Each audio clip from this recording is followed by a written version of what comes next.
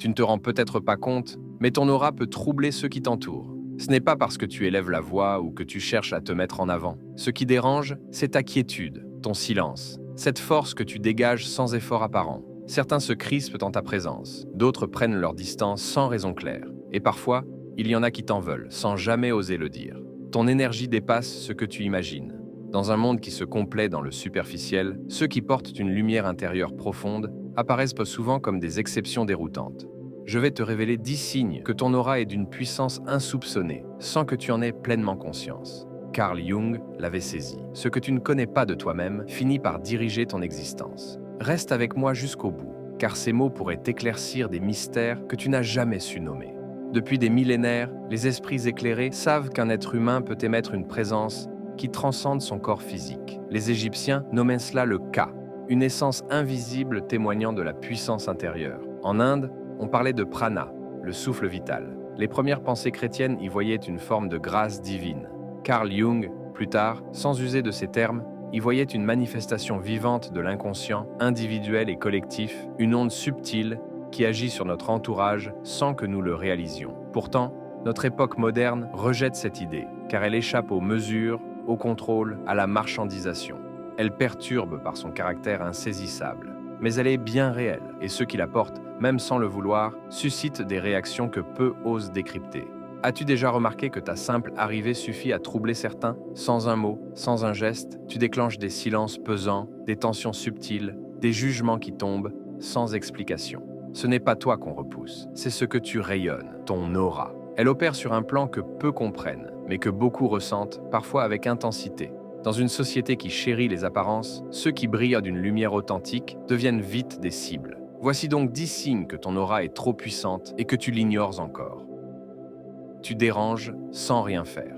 Tu entres dans une pièce et quelque chose change. L'ambiance se fige, comme si ton arrivée modifiait l'équilibre. Ce n'est pas une illusion ou une crainte infondée. Ton corps capte une réalité que ton esprit n'a pas encore analysée. Les regards se détournent ou s'ajustent. Les voix hésitent. Certains se taisent. D'autres deviennent nerveux ou se mettent sur la défensive. Pourtant, tu n'as rien dit, rien fait pour attirer l'attention. Tu ne cherches ni à briller ni à dominer. Tu es simplement là, vrai, entier. Mais dans un monde où règnent les masques, cette authenticité déstabilise. Ton aura agit comme un miroir. Elle ne caresse pas les égaux. Elle les met face à eux-mêmes. Elle ne berce pas les illusions. Elle les perce. Ton calme devient un défi pour ceux qui s'agitent. Ton silence une provocation pour ceux qui se perdent dans le bruit. Ton regard un poids pour ceux qui évitent leur vérité. Tu le sens, mais tu ne saisis pas toujours pourquoi. Alors, tu te demandes si tu devrais être plus léger, plus conforme. Pourtant, ce que tu dois comprendre, c'est que ton existence même ébranle ce qui repose sur du faux. Ce n'est pas une faiblesse, c'est une force. Ta lumière, dans l'obscurité, ne peut qu'effrayer. 2. Tu attires les confidences, puis le rejet. Sans rien demander, sans insister, les gens se confient à toi. Ils te livrent des blessures enfouies, des secrets qu'ils n'ont jamais osé dire ailleurs. Cela te surprend. Pourquoi toi? Mais ton énergie apaise, elle invite à la vérité. Tu écoutes sans juger, sans imposer, laissant l'autre se dévoiler tel qu'il est. C'est précieux, ça désarme. Pourtant, après coup, ce qui libère devient pesant pour eux. En se confiant, ils se sont mis à nu et cette vulnérabilité les effraie.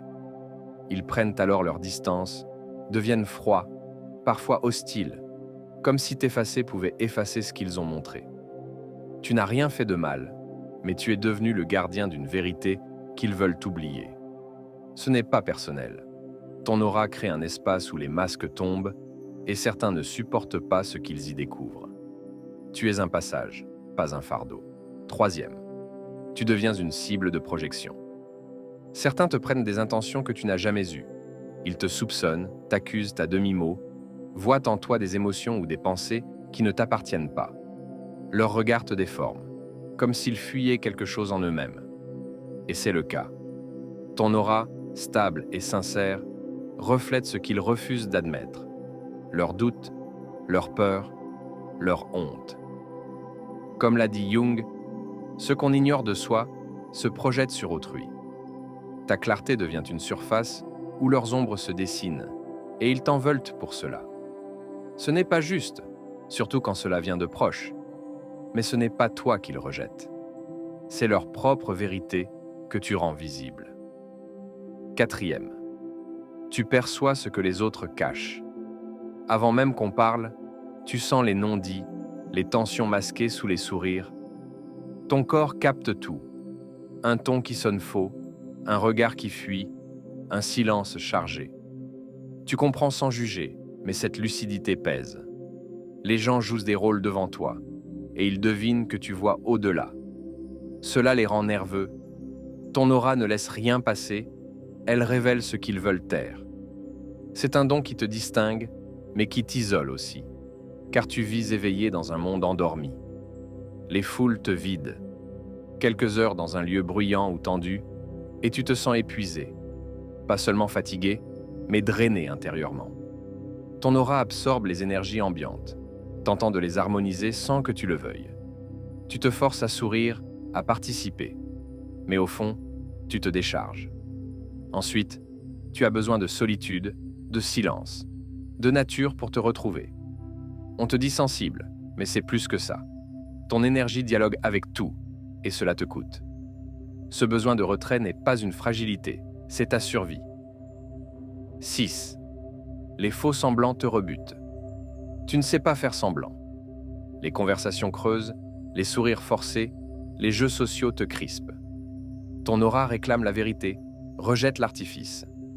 Face à l'hypocrisie, tu te fermes, non par mépris, mais parce que ton énergie ne peut mentir. Cela dérange. Ton authenticité expose le faux, et certains te trouvent trop brute, trop directe. Mais tu ne peux pas te plier à ce qui sonne creux. 7. On te comprend mal. Tes paroles sont déformées, tes intentions mal lues. Tu parles depuis une profondeur que peu saisissent, et cela crée un fossé. Tu cherches l'essence là où d'autres restent en surface, et tes mots, trop denses, déroutent. Tu te sens à part, même entouré, car tu vibres ailleurs. Cette solitude n'est pas un défaut. Elle marque ton éveil dans un monde qui dort. 8. Tu changes les autres sans le vouloir. Sans chercher à influencer, tu inspires des remises en question. Les gens près de toi évoluent, quittent ce qui les étouffe, puis te remercient ou t'en veulent. Ton aura réveille, pousse à la vérité. Tu es un miroir qui révèle, et cela peut te laisser seul, mais c'est ta force. Tu libères, même sans le savoir. 9. Tu intimides sans raison. Certains se méfient de toi sans que tu comprennes pourquoi. Ta présence, calme mais intense, les déstabilise. Ta lumière met en lumière leur fragilité et ils te fuient, te jugent, te craignent. Ce n'est pas toi qu'ils redoutent, mais ce que tu leur renvoies. 10. Tu sais sans avoir appris. Tu comprends des choses sans les avoir étudiées, devines des vérités sans explication. Ton aura capte une sagesse ancienne, un savoir qui te traverse. Cela te rend différent, parfois étrange aux yeux d'un monde rationnel, mais ce n'est pas une anomalie, c'est une connexion à quelque chose de plus grand. Pourquoi cela arrive-t-il? Ton aura suit des lois invisibles. Elle éclaire les ombres, heurte la conformité, défie l'ego, reflète des vérités refoulées. Elle touche l'inconscient collectif, ranime des mémoires oubliées, interroge le sens de la vie. Tu déranges parce que tu es vrai, libre, vivant dans un monde qui préfère l'illusion. Mais que faire maintenant? N'éteins pas ta lumière pour plaire. Assume-la. Ne te justifie plus. Canalise ta sensibilité. Protège ton espace. Écoute ton intuition. Tu n'es pas trop. Tu es éveillé. Vis-le pleinement, car le monde a besoin de ce que tu portes, même s'il le rejette. Si cela te parle, abonne-toi pour explorer davantage cette conscience profonde. Et dis en commentaire, je n'ai plus peur d'être trop, je choisis d'être vrai.